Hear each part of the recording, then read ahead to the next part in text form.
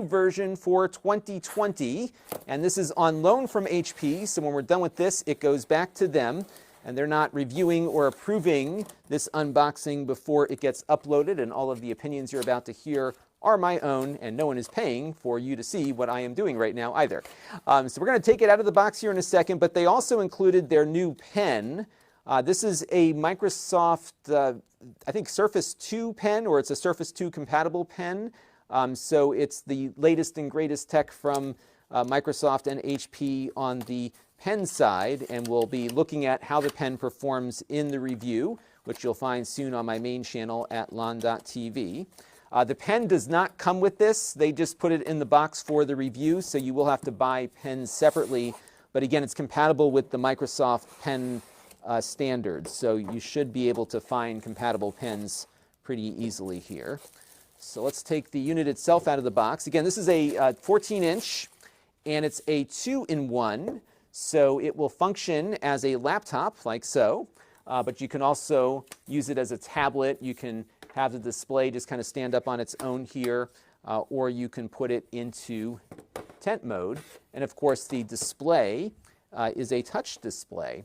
Now this one has an i5 processor, a 10th generation i5 chip, and they also sent me one with a built-in LTE radio. So if you have a SIM card installed in this, it can get on a cellular network. So if you're concerned about security, you can have your own network with you all the time, essentially, through a cellular provider, so you won't have to use public Wi-Fi. You do, of course, have to pay for that service.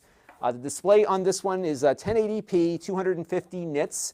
Looks pretty nice. You do have a larger bezel here at the bottom. This is the Pavilion line. We looked at the Envy line version a few weeks ago, which had the AMD processor in it, and those tend to be a little more premium. But this one doesn't feel bad to me. It's got a nice metal keyboard deck here. Similar in some ways to the prior edition of this, but it's a little thinner. We looked at the prior edition last year, but a pretty nice lightweight design here. Feels pretty sturdy. Let's take a look here for ports on the side. We've got a USB 3 port, a headphone jack. Looks like we've got a fan exhaust over there. This is running with the Intel chips, and they do need active cooling. On the other side here, we have the SIM tray, and I'll get you my overhead view so maybe we can get a better look at those ports there on the side. So if you have that SIM card and you get the LTE version, you'll put that SIM card in there to get on your cellular network. We've got a full-size SD card slot here, and it looks like the card will sit flush to the case, so that's great.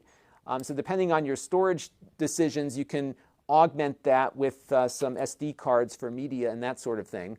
Next to it, we've got a USB Type-C port, not a Thunderbolt port, but I believe this is a full-service port that should do display, data, and power.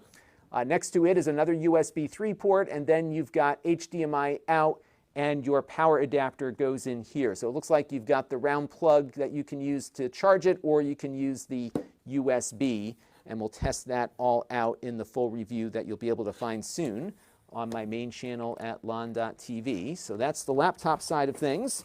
The power adapter we should probably take a look at real quick as well. And let's see what that looks like. So just your standard little power adapter, but again, it uses the round plug, so you can keep that USB-C port there clear on the side.